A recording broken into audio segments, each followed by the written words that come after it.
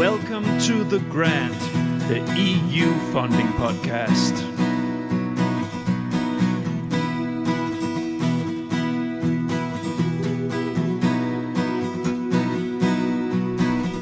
The Grant. My name is Niels Winter, and I am the creator, editor, and host of The Grant. The Grant is an independent, non-commercial podcast initiative with the ambition to dig into all corners of the EU R&D funding system on topics of interest for the full EU R&D funding community.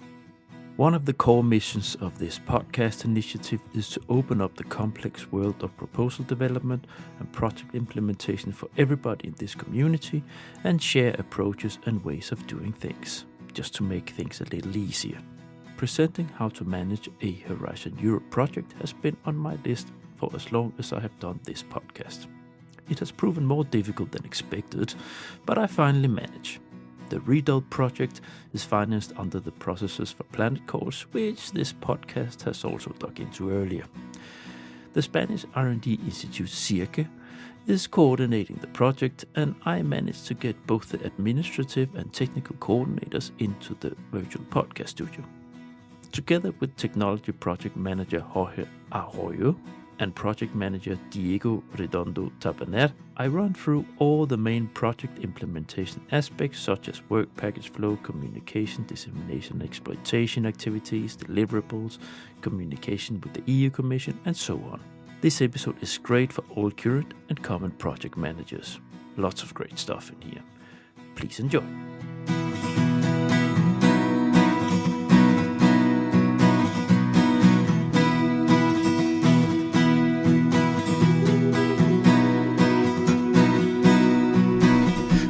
Grant.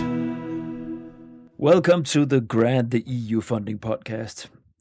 Some regulars might remember that that's a while ago, 3/4 of a year, something like this, I had a guest on board this podcast that was explaining about how they are dealing with EU funding in a circular, in a municipality that is a recycling center.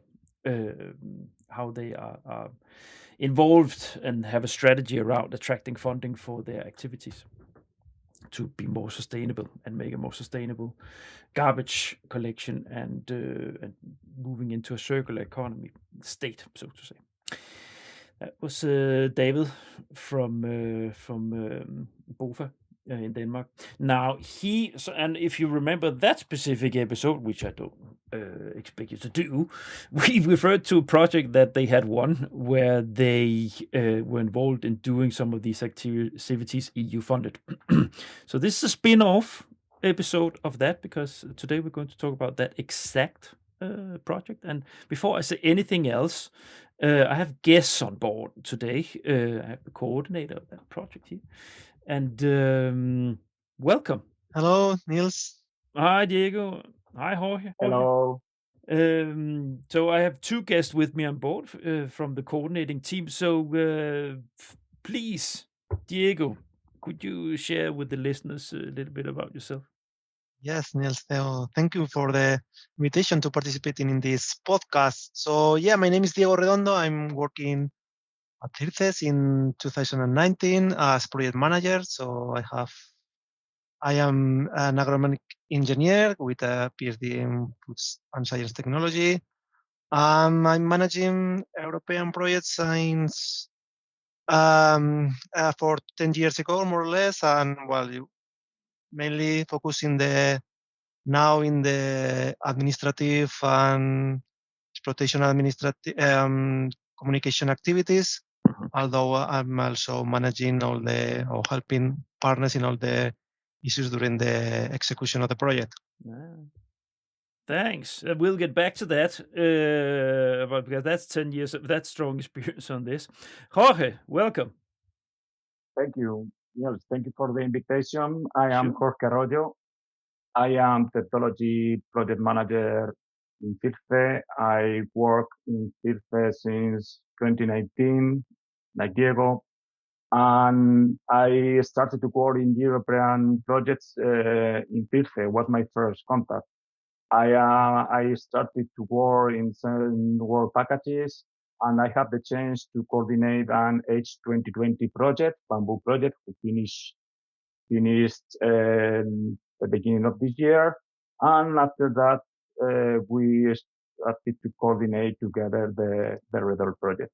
In the REDOL, my role is as technical coordinator. As Diego mentioned, he's in charge of the administrative part and the management, and I am involved in some technical uh, task of the project, and I'm also the technical coordinator. Yeah, thanks. Now, no, we will. Could you, both of you, share a little bit about the organization you work for, just for the to understand where you work? Yes. Well, CIRCE is a research center that was founded in 1993. So yeah, more than 30 years working on innovative solutions for sustainable development. So the institution starts in the University of Zaragoza. So with some professor that was working there, but then after the years was increased the size of the company, and now we are almost 300 people working, and we are a separate company from the university, although we collaborate, but we are a private research center, and well, we work in different fields related with sustainability, resources efficiency, energy networks, and renewable energy, and trying to transfer all the solutions or the things that we are doing to the market, no, to the society. This is more or less. And CIRCE, that's it's a private research organization, right? Yeah, that's the private. So we are 100% self-financed. So it means that we only have competitive fundings from European and national fundings, and also we have some private contracts with companies, of course. Yeah, that's a normal model in Spain for research organizations. You have a lot of these kind of private research organizations that pull it together on the without direct support from local, like from the public side. So, yeah. Okay. Now let's just hit the red button of talking about the project, right? Because that's what we're going to talk about. We're going to talk about a concrete Horizon Europe project, and I think actually you're the first ones that is going to present a Horizon Europe project on this podcast. So congratulations with that. After more than 85 episodes, I reached that far. Now, can you give a short fly-in on the background of the proposal and the funding scheme that you chose, and so on, the proposal process? Can you sort of give a short introduction to that part of the process before it became a project? Yes, CIRCE has a tradition in European projects. We participate in more than 70 H2020 projects, and we have a proposal team in charge of build strong proposals like the REDOL project. So they are the people who manage the proposal, who make the contacts with the potential partners, who make who analyze the interests of people to transfer to the industry, take contact with us as in my case as the technical areas, which are important parts of CIRCE, which are going to carry out the project, and they start to build the proposal, and we all contribute with our knowledge, with our background, etc. Diego, I don't know if you want to. Yeah, of course. And I want to remark that, for example, in the case in the REDOL project, this is from a specific call that is related from the Process for Planet Partnerships, that is like a private-public foundation with the European Commission. Mm-hmm. And CIRCE is one of the members of this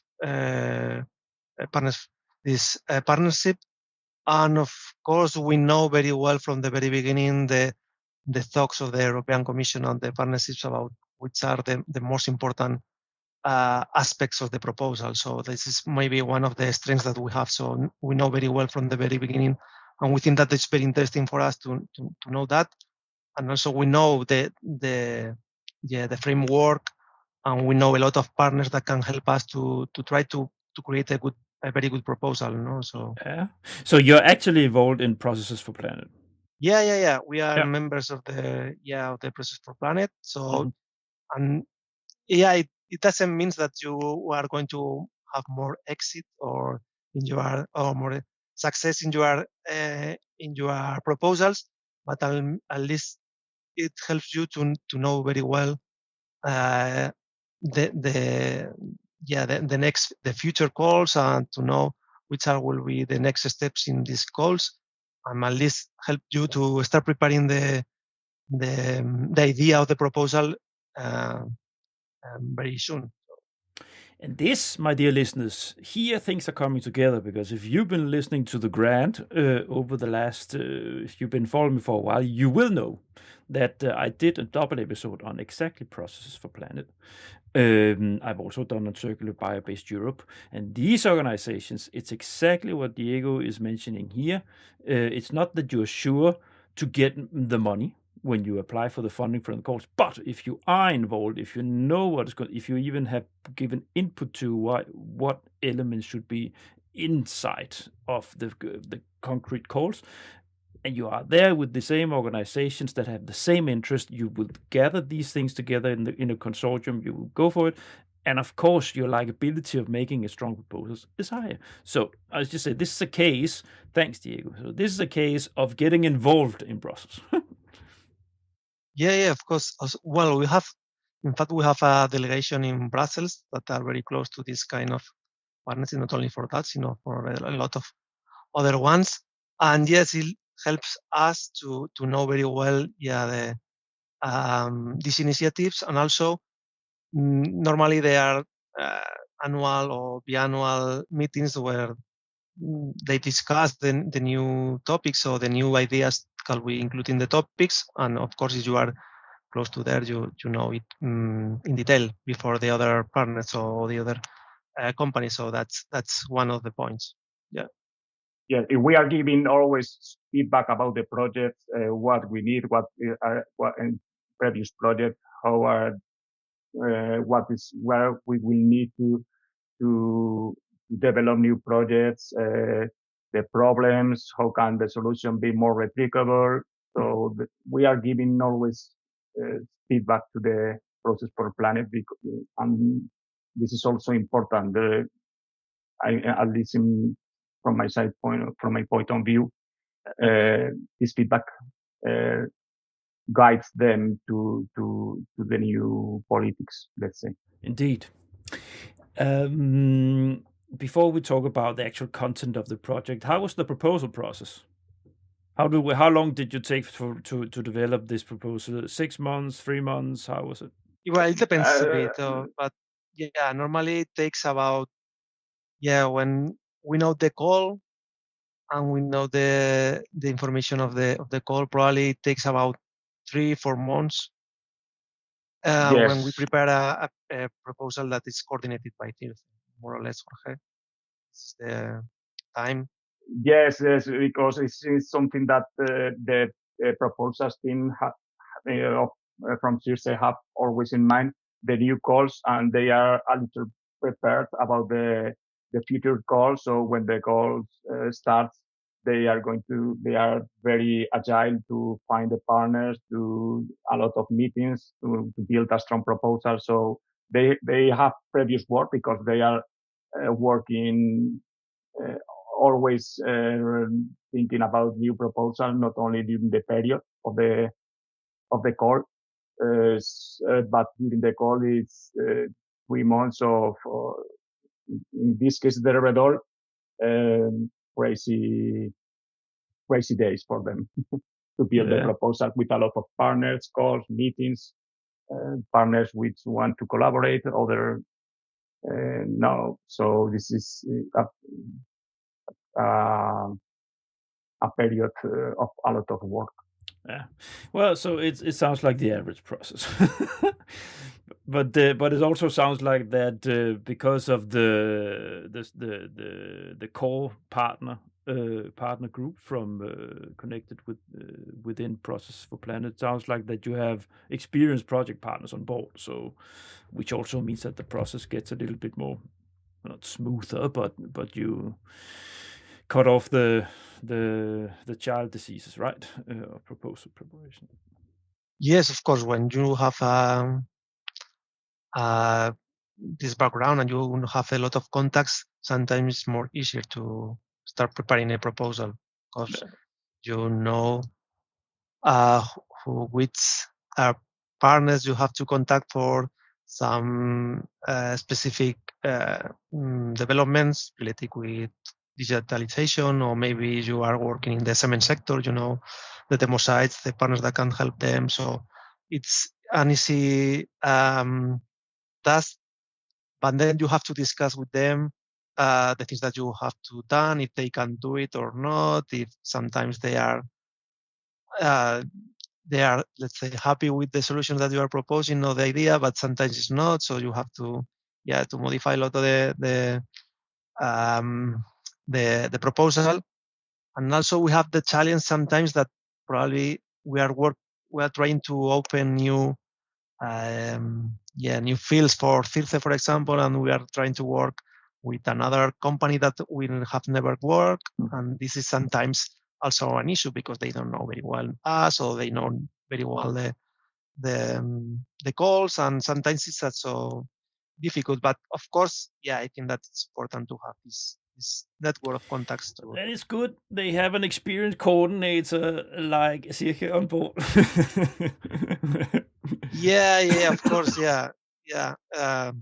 yes, as Jorge has commented, in the last 2020 framework, we have participated in 76 projects, and we have coordinated 22.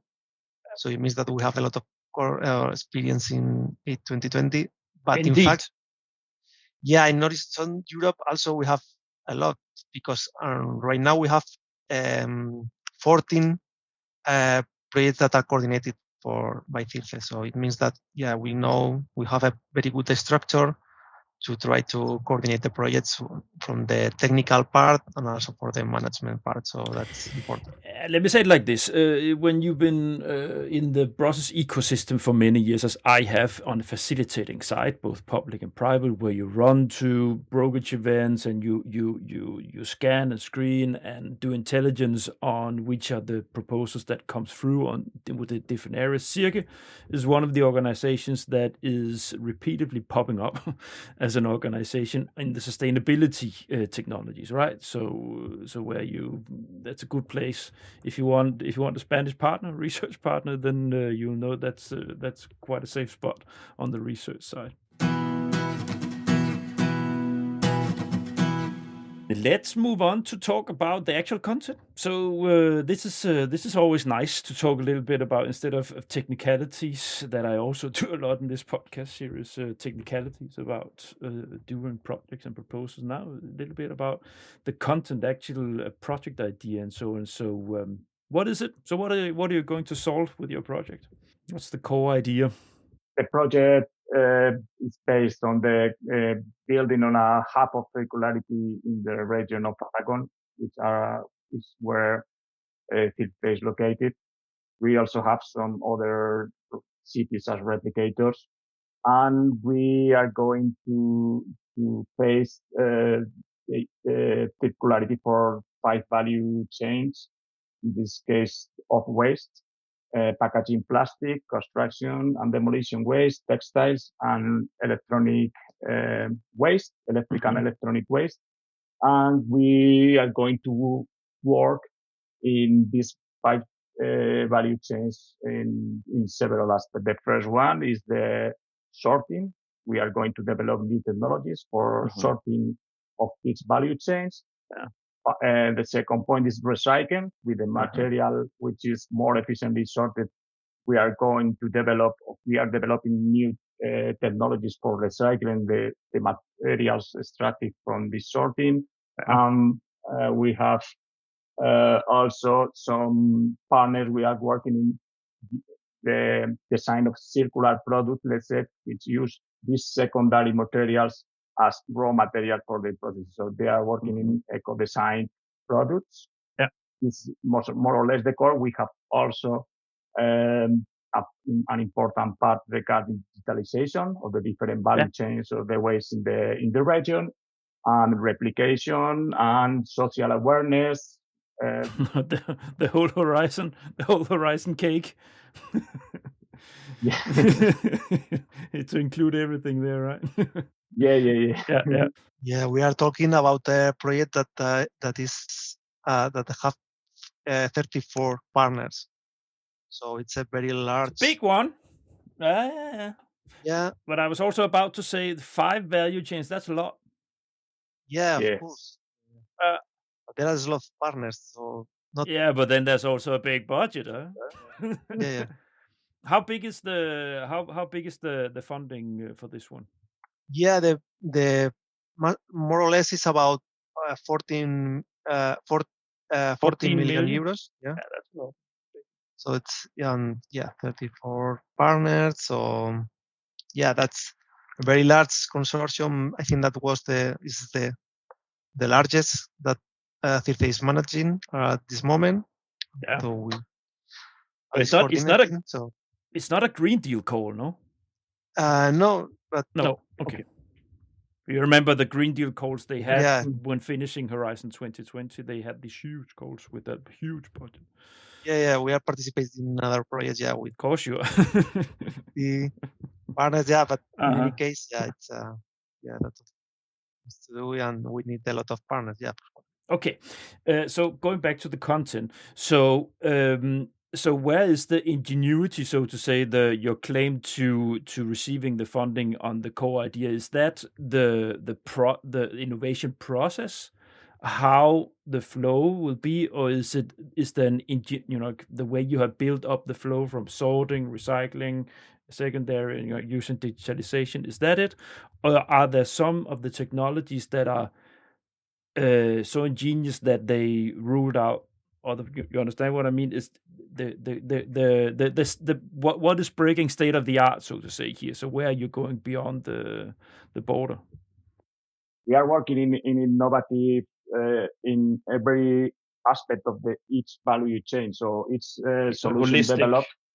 Yes, we have been 23 years in the project. So we are going to see what is more innovative, or what some of them are going to be put to the market immediately after the project, or maybe they need some more work. But we have a lot of curves in different. We have a lot of technical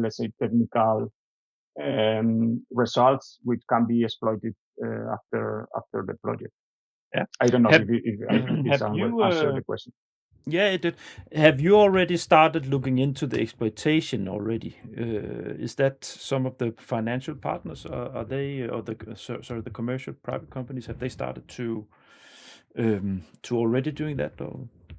Yes, we have started analyzing the key exploitable results. Right now, we are gathering all the information. The partner that is involved is leading this part are gathering the information, because first we have to identify very well all the exploitation results that we have, and then try to select the most promising one. So it's clear that at this status of the project, it's not easier to know which will be the more promising or will be the best one at the end of the project.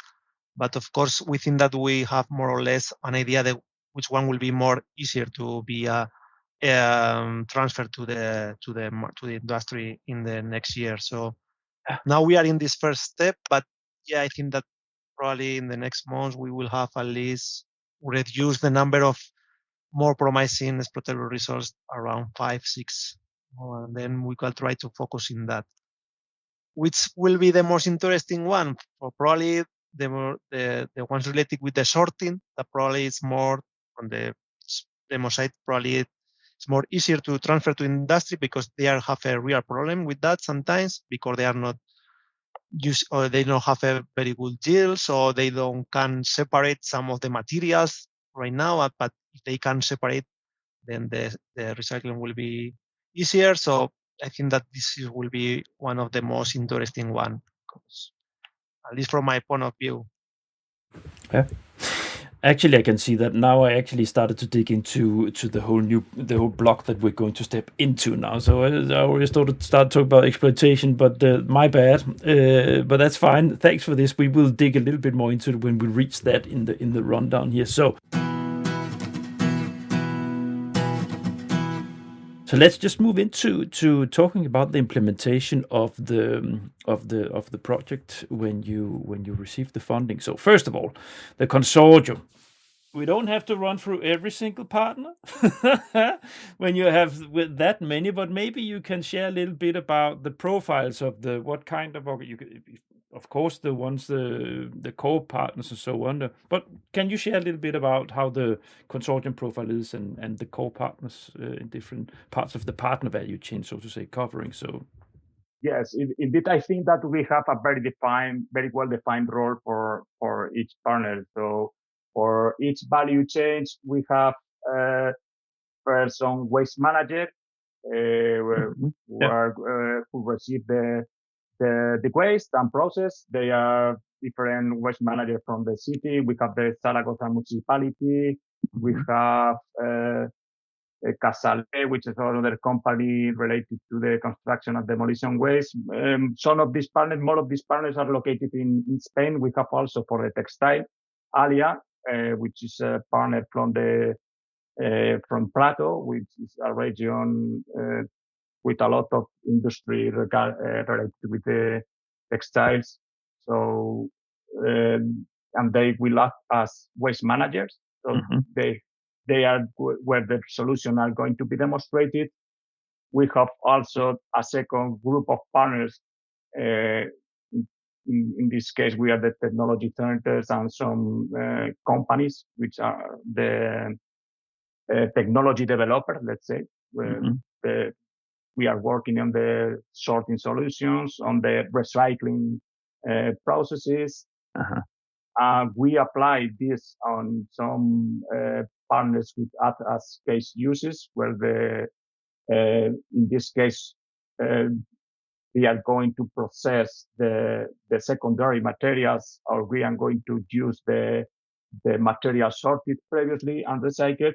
And finally, we have another group of partners. We are working in the circular products. They see that they can use some processed waste to build new products. They can make efficient products with this more green product, let's say, and they are working on this.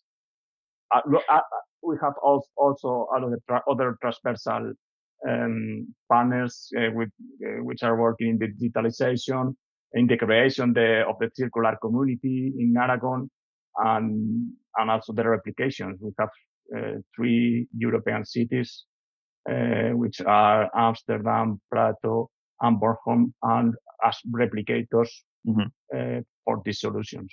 Yeah, and I guess Amsterdam. My question is about how big. So here you have one of the big cities of Europe. It's not one of the top big, right? But it's a fairly big city for the middle-sized countries. So it's a big. There's a lot of people living in Amsterdam, meaning that the waste management there would also be quite a huge facility or facilities. Yeah. Yes, in this case, Amsterdam, the main interest is to increase the recycling of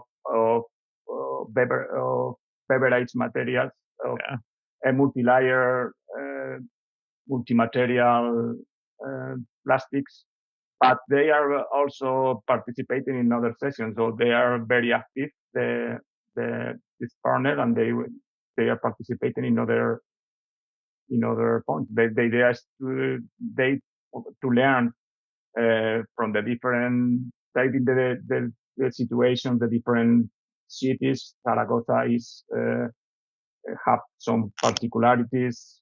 We have advanced. We have really advanced in the recycle rate compared with other parts of Spain and even in Europe. But the idea is they learn what are we doing in the project and apply them for the future in Amsterdam. Are you actually going to make some concrete products coming out in the other end of the recycling part? Is that part of the project to come out with concrete materials or products that can be reused? Between the different value chains, yes, we have some fibers, for example, which can be used in other value chains. So they are a lot of interaction between the partners in the different value chains. So they are not a closed value chain for plastic, for paper, but some products can use plastic, can use fibers from the plastic value chains, can use fibers from the construction and demolition waste. So yes, this is one challenging part of the project to build this relation between the different value chains and the partners. And I guess that's also one of the reasons why you receive funding. Because you have taken 5 different value chains and some of them are quite different from each other. But if you can create some sort of synergies on in some of the steps to interact, it makes sense also for the future with post-project, right? That it can be used also with even other value chains, I guess. We're actually moving ourselves a little bit into talking about the work. How the work is divided and carried out. It's a quite concrete question on work packages and core activities, but what we just talked about is actually related to that, because then let me ask like this: how have you divided these 5 value chains? Have you divided them per value chain, or have you divided them into the way that they're working with things? So the process, sorting work package or recycling work package, or how have you divided this work? In the work package wise? Yes. Well, we have 8 work packages in the project. So taking into account that we have one of management, another from exploitation and dissemination. Let's say we have 6 technical work packages. In that case, so we have one work package that is used by basis of the value chain. So on the project is used will be used in order to know a bit more about the value chains, about the things that we can do in the project in the future, and this will be let's say an horizontal work package. And then we have one work package related with the sorting, and another one related with recycling. So we have divided it between technology not related with value chains.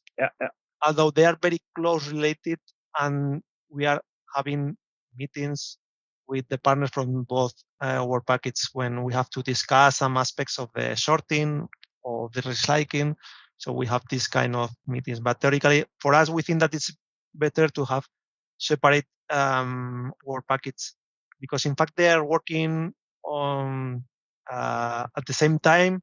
So they have to work with different products or with different status of the technology, but the idea is to have at the end products that are sorting in the work package 3 that will be used in the work package 4 when they are doing the recycling.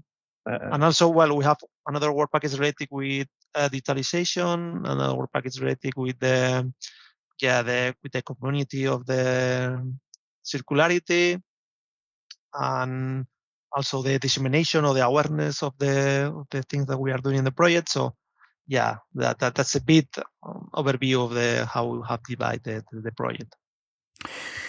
Because the reason why I'm happy that I've done something like this myself, because it gives me the possibility to open this up a little bit also to the listeners, because this is a classic consideration you have when you're developing a proposal. When you go into the work and get in more details, you have a core idea, you have an idea, and you fold it out, and you say, well, now we need, for this kind of technology project, it makes sense to have different cases to kind of show the different ways the technology can be used, and we need also to show the flexibility in the technology on the innovation process. And then you always reach into this at some point of time. How are we going to organize it in the work package wise? So organizationally, does it make sense to make it horizontally, to say we do it with that work package is the partners related to a specific case, or do you do it vertically, where you have the working with the topic, and the partners connected to the topic, they are working together in relation to that. But you cannot, I guess you did like I did, or we did when I did these things. So we did it on the topic, but then we made sort of a shadow connection between them, horizontally, so to say. So you had the partners working on a specific case. They were sort of grouped and coordinating in between them, but the work package they were in, that was on the technical side, but it's the topic side. So, but it's I guess you had the same discussions or considerations, no? Yeah. When the proposal was written, so they thought about which was or could be the best option to organize the project. But I think that at least from Jorge and me, from our side, we think that at this moment it's better to have a task related with the sorting and task related with the because they are working on parallel. They are in the same value chain, but they're not doing the same sometimes. So that is it's more efficient. I think that is more efficient. We are involved in the sorting part, in the work package of the sorting part. That we learn from other partners, we know the problems, and finally, they are similar technologies, and we can learn each other from the other value chains. So in my case, I am involved in technical developments. It's more efficient to know what are the other partners doing in the case of sorting that, for example, in other activities of recycling, which are more specifically more chemical or so on. And then how have you organized yourself in relation to the so organizationally? So you have work packages on the technical side, on the process, so to say, process part, so to say. So how have you organized yourself in relation to the cases with that? Do you have some sort of organization around that? Yeah, well, in fact, we have let's say a work package leader that are trying to manage all the tasks that are inside the work package, and Jorge and I and me as a coordinator, we try to have meetings with them each month in order to know the things that they are doing, trying to help them if they have some issues and problems, and also each task have their meetings or their monthly meetings, because Jorge is involved in several tasks in the sorting work package. So the idea is to have someone that is leading the task, someone that is leading the work package, and we try to help them in all the issues or problems that they have, or if they know if they have some issues with the amounts that they are obtaining, we can help them in order to find a solution, or they have bottlenecks, something like that. And the reason why I'm asking this naturally, and the listeners, just to put them in the situation. So you will have several cases. So you have 5 value chains that works, 5 different topics that are being worked with, or waste streams that you're working with, and then they're not always at the same spot of development, I guess. So some of them they don't move, they're not synchronized, so to say, how far they reach us. So you will have different different waste streams being further or lesser ahead, and that, of course, in the work between the partners, there's some calibration of how to deal with maybe even some learnings, I guess, also. Yeah. In this case, as you said, there can be some partners which are more advanced in the development, but the time of in this case of the technical work packages, they last just 2 years. So we are going to be really quick in the development. So until now, we are more or less working together on time, and I'm pretty sure that will arise some issues in the future, but I think that we have strong confidence in the work package leader. They are acting as small coordinators of the project, and we are managing really well the work packages. Yeah. Thanks. Just to make sure, I actually would like to. Can you? So what are the work packages? But you don't have to mention the coordination and dissemination, but the technical work packages. So which ones do you have in this flow, so to say? We have a one work package which define the framework of the hub, which is the baseline which Diego mentioned before. Mm-hmm.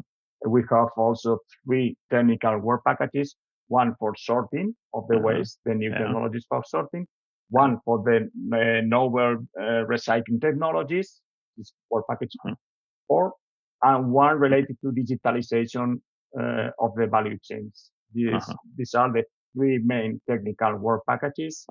And we have also the one work package related to the replication, action plans, and social awareness, and another work package which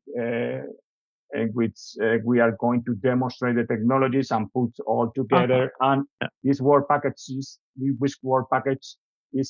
more, its task is related with the value chains. Let's collect what are we done in the different work packages, and let's put together and let's see the results of the different technologies. It's pretty when you zoom out and look at that. It's pretty. That's pretty standard for a Horizon, for a framework program project, right? You would have a quite big handful that you've been involved in CIRCE, where you would have this kind of profile. So you have the work you need to do before you can do the technical part. So that's one work package. Then you have technical part, and then you have demonstration, if that's involved, and then sometimes you'll have replication demonstration in the same. But it sort of follows a certain logic that you would have in the innovation process where you have framework programs. So that sounds pretty much the same. Replication. Have you made a setup with the beyond the partners you have? Have you sort of, or do you? How has that? What's the content of the replication part? Are you reaching out to partners beyond, like organizations outside the proposal, or how's your replication activities? Yeah, well, the replication is.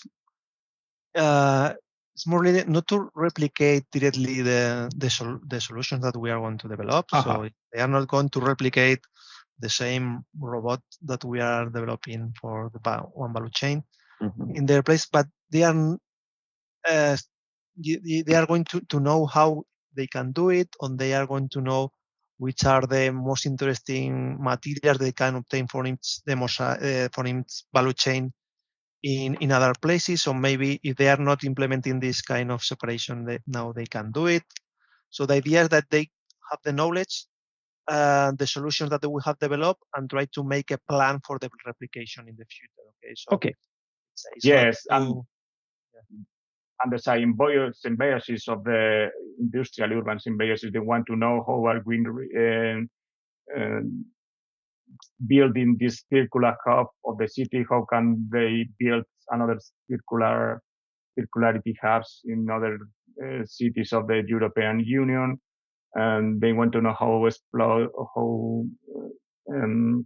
search this relation with the companies in their areas, because they know they have some potential, and they want to know how we are managing this the structure, the governance structure, or some aspect of the circularity hub. Okay. And demonstration, is that applied to all 5 value chains that they have to do demonstration activities, or how have you organized that? Demonstration. It's not a demo side in which we are going to say, let's see all the solutions. We are going to demonstrate, for example, the sorting activities. When they are finished, we are going to demonstrate the different waste managers, the recycling technologies. Some of them they will be applied in industrial plant, and other will just be demonstrated more at laboratory level. But there is no demonstration like this, like one place where we can see the technology, but just for value change, as I mentioned in the work package, we will see how the solutions have been implemented, what are the efficiency in the sorting, what are the efficiency in the recycling processes, and we are going to put together, and we are going to fed the circular products partners and say, okay, with these technologies, you can have this stream of secondary materials for your product, and this has been digitalized this way. So the demonstration in this case is put all in common, all the developments, and analyzed in the whole point of view, the value chains. Okay, there are local demonstrators, let's say. If I may also add that one of the important things here is we are going to demonstrate the things in demonstrator that are industrial demonstrator, or so in companies that are let's say very close to the market. So it's not just of course that some of the, for example, recycling technology we are going to test in laboratory level first, but the idea is that will be scale up in the real companies. Okay, so I think that this is important, that we are very close to the market, not even in the market right now, but will be very, very close to the market, and think that is also one of the key points of the project, that the solution will be tested in the real ambience. So yes, more than laboratory. I mentioned laboratory, but I mean in controlled site, but in real demonstrations of in the conditions of real working processes. Mm-hmm. I understand. Thanks. Question: work package leaders. Have you only chosen experienced work package leaders, or do you also have people who are doing it for the first time, or how's that? Yeah, for the work package leader, mainly are all experienced partners. So we know very well from other projects, or some of them have been collaborating with us in other projects. So we know very well. But inside the project, inside the consortium, there are a lot of partners that are new in the European projects, so they know. Even there are some tax leaders that are new also in this kind of project. It's not all experienced partner, let's say. So for inexperienced listeners on this, I can tell you that sometimes if you have established partners groups like you have in this one, then you also have a quite good idea of who will pick up work package lead on different areas, because they've probably been doing it before in the same or related project. So those consortia are not so tricky to get the organizational anchors in to the different places. Also, the coordinating part is often set, but other times, if it's not an established group, if you try to build something from scratch and you bring partners in from here and there and so on, then you have these meetings where everybody is sitting very quietly when you start to move into, so who's going to pick this one up? And I've been myself at a lot of these kind of meetings. First of all, of course, you have the coordinator, right? If you don't have a coordinator, if nobody wants, then you don't have a project. So that's one thing. But also the work package lead. Sometimes you sit with be 5 partners or 4 partners that are involved in that, and you do the elimination exercise, right? So okay, that doesn't work with that one. Then you only have 1 or 2 left. Say, so guys, ladies, who's gonna pick that one up? So you just push people into it. So yeah, that's so I'm happy that you have sorted it that, but it's actually important sometimes that you do a sort of, charity is the wrong word, but you need to build organizations up, right? You need to make sure that sometimes you have someone who's not done it before, right? Maybe a company that is vibrant, that's okay, we can do this, but then as a coordinator, you have a bigger role in supporting them.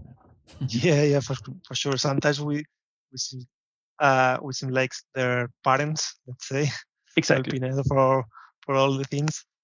But of course, also it's a good option for them to know about the things that we are doing in the European projects, how to manage this kind of project. They have to learn about it, and then will be maybe today is the first time that they are leading one of the tasks or work packets, but probably maybe in the future they have a lot of experience and will be one of the main important partners for us. So yeah, of course we have to learn.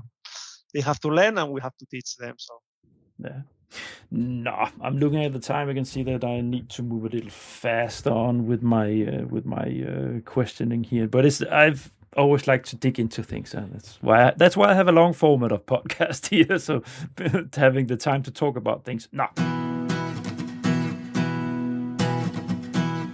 So the next one I have put here, communication, dissemination, exploitation activities. So just touching a little bit on that. So that's what you said with Diego, no? Yeah. I'm trying to coordinate this part. Or so what elements do you have? So you have probably standards, but tell me. So what do you have on this part? Yeah, in the project mainly, well, we have a communication leader that are leading a bit this part, but in fact we have the first one is maybe the most important thing to show is the website of the project, that they help us to show the main results, and that the audience, when they click REDOL in the search, they can find this information. And with that, we have prepared some video, introduction video to show the projects, and we are now developing the newsletters and so on. And also, during this first year, we have a lot of participation in some of dissemination events, try to explain a bit the project and engage people to the project. So we have participated in the Green Week of the European Commission, in the Process for Planet Forum, presenting the project, and other events from the European Commission, and even inside the companies to try to explain a bit the projects. And also, some partners have participated in some international fairs, and so some of the feelings of the things that we are going to do. So I think that the most important thing is to push partners to show the results, or to show the things that we are going to do in the project, in order that people, when at least have interested to follow us in social media mainly. So yeah, it's tricky, right? Especially communication dissemination, because you have to this is the copy paste section, right? Yeah, it's traditionally something where there's a lot of copy paste. I've been working as a private consultant in a company where it was used as, you just copy paste this and then you do. So it's it's a pitfall there in the activities you describe when you write the proposal on not to get into the trap of just saying, we will just do the newsletter, the website, and 2 or 3 workshops. You need to you made a good enough proposal, apparently, to get the funding. So you must have put something that is okay. This is a nice way of communication, dissemination activities. Yeah, for sure. Sometimes the dissemination activities are always the same, as you have commented, the website, the social media, the workshop. So I think that it's common for all the projects. So the idea is to try to make something different in order that the people try to engage the project. For example, we are doing some campaigns in the social media, like the free Sure. plastic campaign. Yeah. So about the days that are textile days or something like that, in order to, right? But of course, sometimes it's so difficult. So yeah, to be different from the other projects. So what are you doing on dissemination? yeah, well, in fact, we have prepared some. Yeah, we have organized some presentation or some speech in some of the conference and of the European Commission and the partnership. And the idea is try to show a bit the things that we are doing. We have also prepared some leaflets, and our logo and our colors are a bit different from the other kind of projects. They're more actual. The idea is to have different approach. Yeah. But yeah, I know that it's so difficult. There are a lot of dissemination. So for the spreading of the result to the professionals within the same field, how are you working? Have you got partners involved, like associations or something like this, on like recycling associations? I don't know, that can sort of spread the results or the way of working with the stakeholders that are working within the same business field. Yeah, and no, we don't have associations or Okay. some companies that are focused just in one of the value chains of the products. But well, we have some partners that have very with experience with companies around Europe that can help us to show these kind of results. For example, we have Clay, that help us in order. And the idea is to organize workshops with the stakeholders in order to show the things that we are doing and the result that we can obtain. So but the project, let's say, is not focused on that, although it's important. It's not focused. So maybe we are just in the first steps of the project, probably when we have results. But I know exactly how these things are, because you are the project has a technical focus on the core idea, and then it's when it comes to these, like this dissemination, spreading of results to the business sectors and other communities that can take advantage of them, comes in the end. Yeah, it's the deliverables. You try to push them a little bit to the end because you need to focus on the technology processes that you're dealing with in the project. Yeah, that's the point. You also have to show. You also need to have something you can show them. Yeah, because at this moment we only showing the things that we are going to do, but we don't have nothing to show. So sometimes these first moments of the steps, it's so difficult to make this dissemination action. So, but try to do it. Yeah. And then we are starting to have the first result actually. So it's more interesting now that we have something to show that than they present the project, and we have some results of work package 2 on the technical parts, which can present and show to the people in these forums and these events, which makes more interesting the presentation and the spirit activity. Yeah. Take into account that we are going to produce some robots, camera that we are going to separate that will be very visual to show. Also, we are going to have smart pins that we are going to separate the rabbits when you put there. So I think that when we have that when we can see or touch them, will be easier for us to try to show this solution or try this result. So, but of course, it's tricky. Yeah. I know how it is. No, exploitation. We touched it. We actually talked about it, but so you already now sort of carving out the core key technologies to exploit. I think you mentioned 6 or something like this. We have almost 30 exploitable results, but I think that we have to focus 5-6 exploitable results in the next year. But probably it will depend on the result that we have after these first 2 years, okay? Because we don't know. But I think that there are some promising results that will be interesting to explore, because in the consortium, okay, we have research centers that are doing the solution, but we are working with technology provider that they are selling this, not these products, but this kind of products. So they are very interested in to obtain a final product that could be exploitable at the end of the project. So I think that also one of the key points of the project. So, okay, we have the municipality, research center developing, but if we have technology provider that want to sell these products, the exploitation will be easier. Yeah. All right.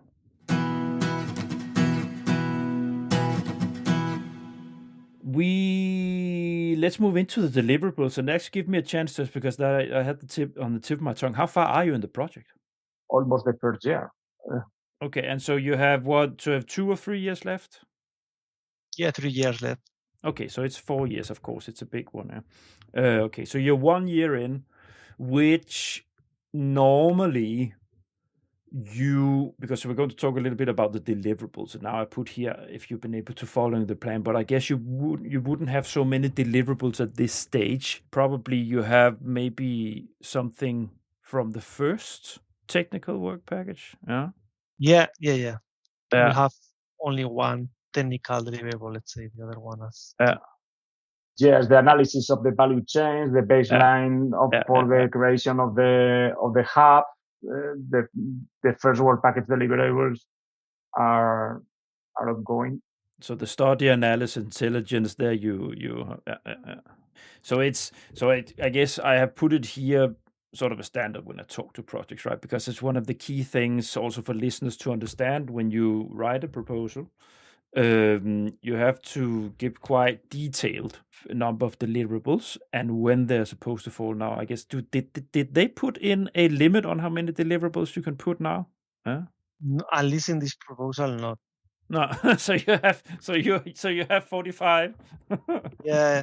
No, there are no many deliverables in the project. No. That's good, because I've made some long lists, especially in those green deals calls. I think I had like 40 deliverables or something like this. Now, the logic here, my dear listeners, is that each work package has a set of deliverables, so between 1 and 3 or something like this, you would normally say. A deliverable is a tangible result, right? So it's a report, or it's an analysis, or it's a technology, or it's a part of a technology, so it's something where you show the steps of a result of a certain action you've been doing, that you say, okay. Yeah, of course. But in any case, well, there are some deliverables that they have to be written for sure. But I think that sometimes, although we delay some deliverables, some cases, the most important thing is to finish the technology, for example, no? And thinking out the sorting of the recycling technologies. So the most important thing, okay, we have to finish this deliverable in this date. That's important thing, but I prefer that for this date you have finished the technology or the test. That's the most important thing. So, well, then we need 1 extra month to finish, to write all the things that you have done in the paper. We can wait, but yeah, the most important thing is to finish on time and avoid delays for the rest of the work package. It gets more squeezed in the end normally. I remember that from P&O when you're in the project implementation I've been involved in. That's where the pressure comes, because often you have deliverables for the communication, dissemination, exploitation part, for instance, that you're doing, Diego. It falls interim or in the end where you have to deliver something. So that's I remember and remember passing some deadlines and Yeah. For example, I remember some of the other projects that I have managed. In the last period, in the last 12 months, I have to submit about 25 deliverables. Yeah.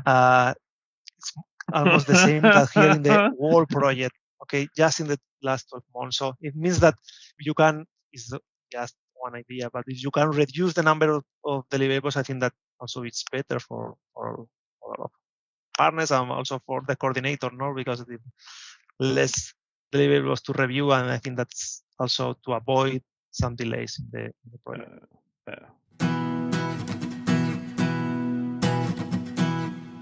No, so let's move on from this. It gives an idea. Results you don't have, so let's just pass that. Consortium chemistry and meetings. It's not to put you on the spot and share about if you have toughness in the.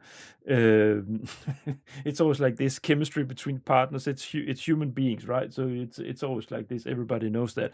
But how is the balance, so to say? How is it going in there? You know, like, do you have a good social relationship? Or do you? How is the kickoff and so on? How is it? Yeah, the feeling is good. So at least, well, David is a nice guy. The both of people, they're nice. Yeah. yeah, but well, the fact is that there are a lot of partners that are from our region. So probably it means that we know very well that they are like us. Gosh, that's a fiesta.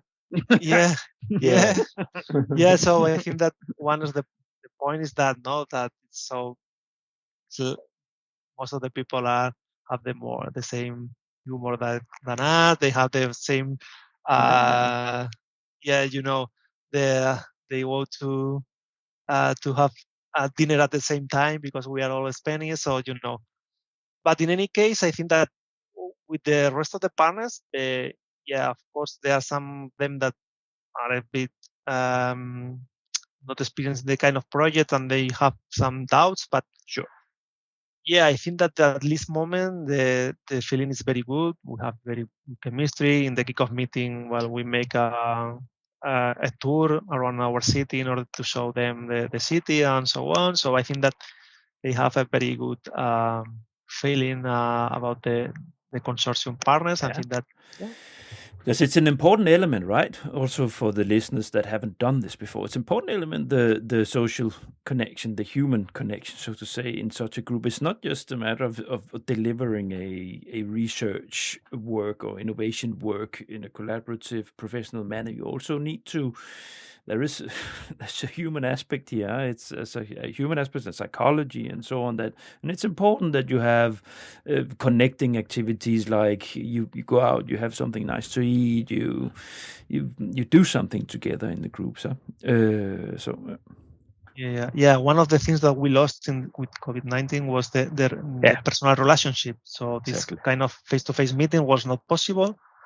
And of course, you can meet online, the same, but when you have a meeting in person, you have time for the coffee break, for the lunch, for the dinner, to know the other people and say, okay, they are, I don't know, they are a happy person. They know the sports, and they allow you to know it, to know them better. And then if you have to talk about some issue of the project, maybe it's easier because you know it very well. You know that it's okay. It's not just a personal aspect. It's just because we have to finish that in the project or something like that. No, I think that this element, because no matter what, and I'm never asking my guests to share real hardships between partners. That's not the point. But what I want to shed light on is that it's very important, the human psychology and the human connection here, because when you do run into problems, you do run into problems between personal, clashes or organization clashes, it's much easier to resolve these issues that will pop up if there has been a history of collaboration and connection and understanding in between people at an earlier stage when you develop things. It's also easier to solve future problems that will pop up. So it's just, that's why I'm putting it out, because that is the reality of doing a research and innovation project, international, also culturally. There's so many elements, layers that is not related to the actual solving of a problem, technical problem or issue that you are asked to do by the commission, that is vital for the success of the technical side. That connection, human connection, is so vital that you actually end up with a result. Yes, at the end you are sharing 4 years of your life with these people, and you are, let's say, a little family. When the project ends, you are a little sad because you don't know if you are going to share more time with these people. At least in my case, in the project which are participated. Of course, it's more difficult the size you have. Yeah, you don't get the same connection with all 35, but you are working intensely together in at least the work package, and that you as a coordinator, you have a connection with almost everybody. Sort of have a feeling, right? So it's it's very important. No.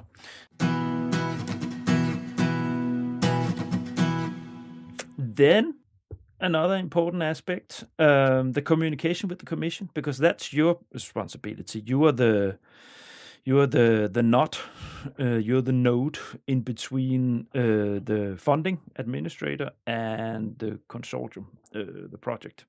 So how's that? Has it been a good? And now again, I'm not putting you on the spot. So if you have anything critical to say about, or you don't have to release it. For all I probably know, you have a good relationship with your project officer. But how is it? The commission communication and so on. Has it been a good process? Yeah, we have a lot of, let's say, communication flow during the grant agreement preparation. So let's say that we have a lot of calls and meetings in order to try to finish it on time and make some modifications. And after that, in that case, she participates in the kickoff meeting, makes a speech of the European Commission and the things that they are expecting about the project. And at least in that case, it's very also, it's that's a person that you can talk very well with them. She knows that you have some problems, so there's some issues with the projects, but they know it, and I think that they are helping us in the very beginning of the project. And after that, we have some mail exchange during these months, but at this moment, I think that we don't have any issue to ask or to show them or to show her the case. So I think that at this moment the communication is good, but it's not let's say very rapidly. So we have some mail exchange, but it's enough. So. And it's this thing, first of all, you're experience coordinator. Yeah, so CIRCE as an organization, you have certain standards. You've been doing this a lot, so you know how to communicate also with project officers where there might be a chemical issue, right? Where the chemistry is a little bit. So you need. You know how to have a professional relationship with the commission when you do EU projects, and that has probably, Diego, over the years when you started in your position, when you started working with projects, then someone else who had done it before, institutional knowledge, right? Pass that information on, shared how that work is, how to do it, and so on and so forth. You are one of the biggest research organizations in Spain within your field, and you're super professional about what you do. So of course you have institutionalized and inherent information that you pass on to each other about how to deal with these things. So that's it's important also for listeners out there, right? It's the commission. They are our friends. And they do a lot for us, of course, but they are only human beings that sits there. And sometimes I have myself experienced good collaborations and others where it was tense, where they were sort of quite tight, quite anxious around the results that we hadn't reached, and there was it was a tense personal relation when we exchange on how to reach those goals and if they believed in it or not, or having crisis meetings or stuff like this. And that you just have to, as an organization, as a coordinator, you just have to take a deep breath and then just deal with that. There's no reason in scaling up a conflict with the commission. You don't want to end up in a place where you, as an organization, appear like being difficult to work with the commission, right? You don't want that sort of reputation in there. So that's I guess where you also have reached as an organization. You professionally deal with them, and then I think that this help us. For sure. Have an experience in that. The European Commission trust us in order to, when we manage this kind of projects. Of course, there are some issues in all of the projects, and we have to talk with them. But of course, you will have some experience. They know that we have a specific department that are managing the project. There are then the specific technical coordinator that are managing the technical aspect of the project. I think that this help us to avoid at least a lot of question of control of the project. Okay. Yeah, because you don't want to land in a place as an organization where they put a tag on you in the commission, right? Okay, if this one is, then we need to check them extra. Nobody wants to to have that, because of course they, as a funding administrator, they cannot with any. They are not allowed to discriminate organizations. It's based on content and on the proposal you write. But we also very much know that that they internally, if they see that there was a problem with this one, then there it is again. Now we need to check extra. So you don't want to land there. So yeah, all right. We're almost done here. Now we're down to so we have two things left. We need to talk a little bit about the duration, so to say. Did you run into troubles and contingency? Did you run into some things where you had to do something else than you planned to do, or plan B? Normally that comes when you move into the technologies, right? In the analysis and this part of the work, normally that's fairly smooth sailing. But so how is it? Yeah, well, we have maybe at this moment we have two troubles, or we have two troubles or problems. One is more related with the management, so I want to explain a bit. Yes, we have after the kickoff meeting, we have to launch an amendment just because one partner has modified his status. So they. Oh yeah, my so goodness. We have launched the first amendment. So I know that it's not for us, it's not a critical point because we make a lot of amendments in the projects. But it means that you have prepared all the things during the grant agreement preparation phase. You have a lot of things to do, and when you start the project after the kickoff meeting, you have to launch an amendment. Okay, so that's the thing. So it's not a problem. We also use this opportunity to modify the budget of some partners. Excellent. Find out some mistakes during the kickoff meeting or something like that. But this is the only, let's say, administrative problem that we have obtained or have said until now. Let me just explain to the listeners the concept of amendments.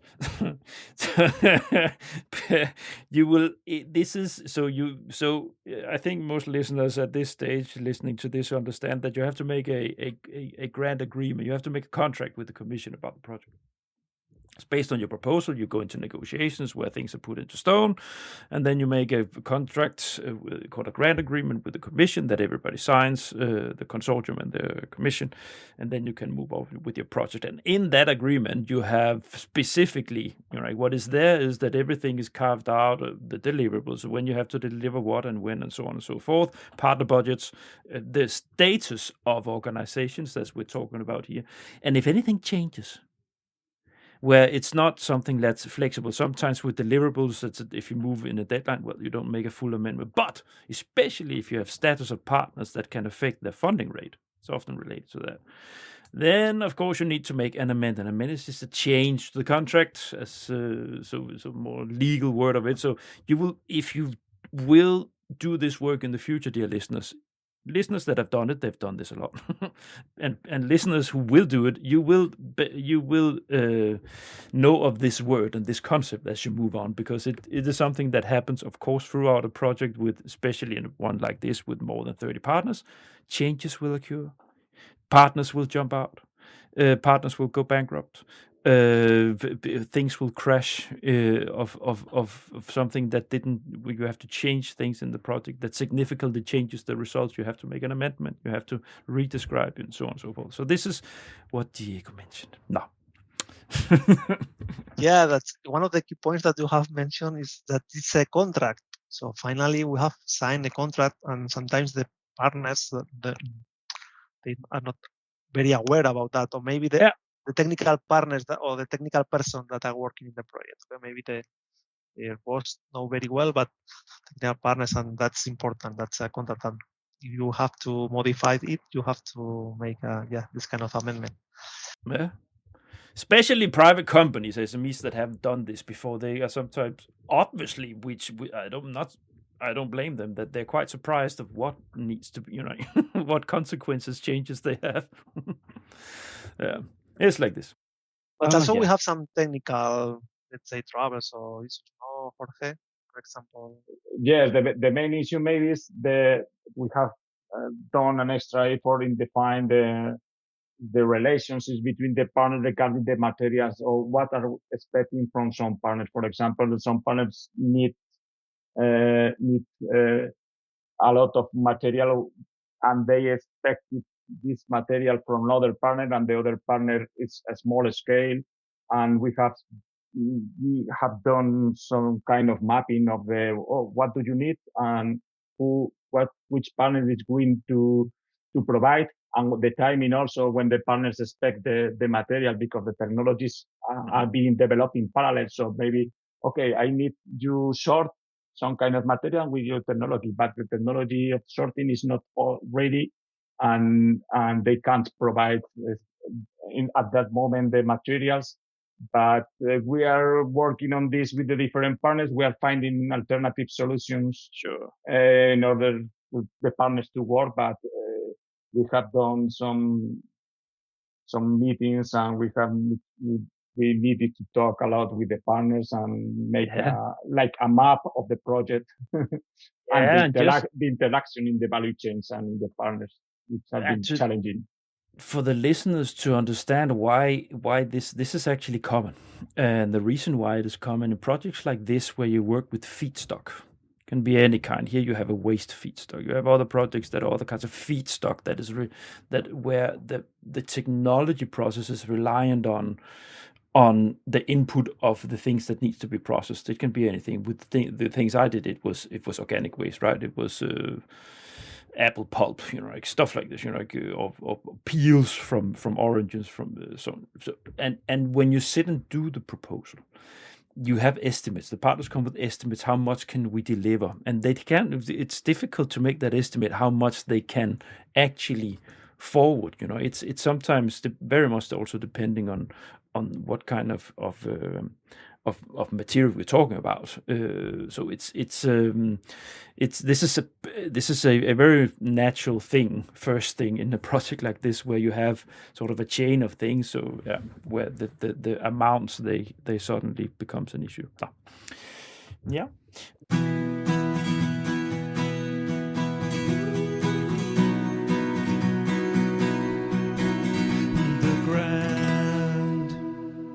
We're about to wind this up. The last question, the last segment I always have in my episodes here, the toughest challenge. So during this project implementation so far, what has been the toughest challenge? Anything?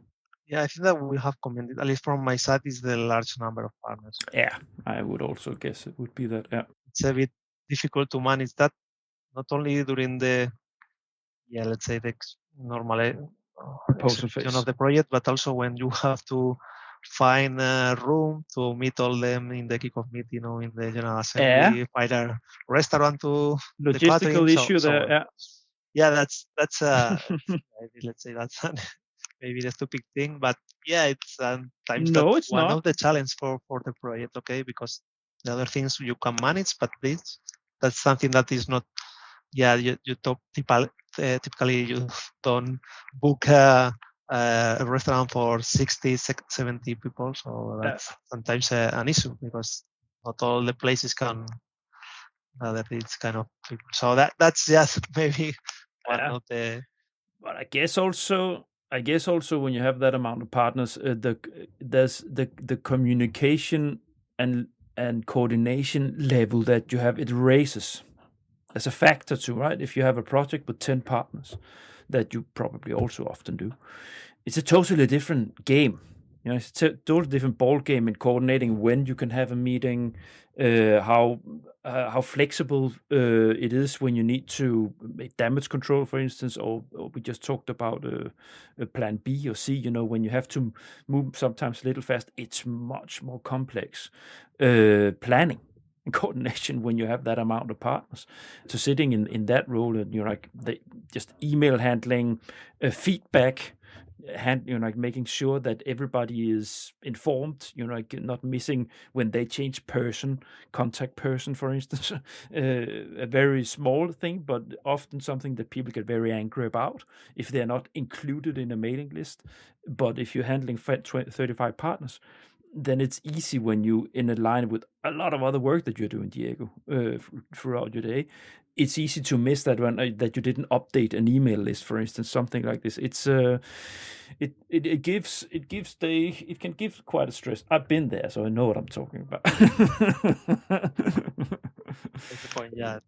From my point of view, the same that Diego mentioned, but in the technical aspect, there are a lot of activities. You need to know what are the partners are doing, because sometimes they expect some support, and if you don't know what they are doing, you can give them some support. So we are in a lot of meetings. We are working a lot to understand the activities are also heterogeneous, from robotics to chemical processes, and the technical development of the project are complex.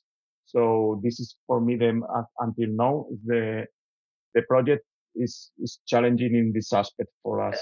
Okay, it's actually that's of course on the content side. It's also because you have a lot of technical activities here. It's not simple. We have one technology, we have two cases, or it's a lot of processes that are rolling parallel with each other, and they expect you to understand what's going on in each of them. It's and different technology areas. It's where you, as a person, no matter how skilled a researcher you are yourself, you cannot know everything about fields that is not your expertise. But where you, as a coordinator, sometimes are put on the spot to maybe have an opinion about where things are supposed to go. Yeah. All right. We're done. We finished. Do you have anything else you want to say about the project before I wrap up the episode? I think that we have really discussed a lot of things of the project, so I think that's clear. Yeah, what I have said. So that's that. So what I can say is that I also mentioned that today. That if you would like to make an episode or two through the next 3 years of the duration of the project, if you want to use that in your communication part of that strategy, you can engage with me, and we can record an episode about, for instance, before you have a big partner meeting, interim or something like it. You can think about it. I'm giving you this opportunity, right? So you can do that if you want. So you can think about it in the communication part, Diego, and reflect if there's something where you think that could be interesting in connection. Also, if you have workshops, I don't know, whatever, where you think it would be nice actually to have that opportunity to share it by sound. So the door is open for you guys for that. Thank you to you for the opportunity to present the project, and it's been a really interesting chat. Sure. And for listeners out there, and for you guys also, of course, I will put the link to on the episode site on my website. I will put the link to the project, to CIRCE here, and to the LinkedIn profiles of Diego and Jorge. Now I will just wind up the project, the episode, before we say goodbye to the listeners. So, dear listeners, thank you so much for listening to the end. I hope you enjoyed, you Horizon people, aficionados out there. I hope you enjoyed hearing about a concrete project and how it's rolling. don't forget to check out my website, thegrant.eu. There you'll find my back catalog. I have more than 85 episodes released now, and there should also be something for your taste if you are involved in Horizon Europe area, both on the project side but also implementation. So check it out. I have a dedicated site for Horizon Europe in there. And while you're in there, subscribe to my email list. That's called Currency in the Podcast World, and that's where I am with this. So if you have any sympathy at all with what I'm doing, please, by all means, do subscribe to the email list. I don't spam you. You get an email when I release an episode. That's it. Otherwise, a good place to be is to hook up with me on LinkedIn. That's where the fun happens. This is where I share on a day-to-day basis the flow of information in relation to EU funding. So I share whatever comes through LinkedIn on news and updates on different things related to this. So that's a good place to be. I think that's it.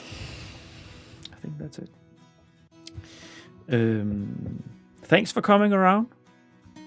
It's been great. Thanks. Hope you enjoyed. Yeah. And say hi to them. So let's say goodbye to the dear listeners. Bye. Bye. Bye.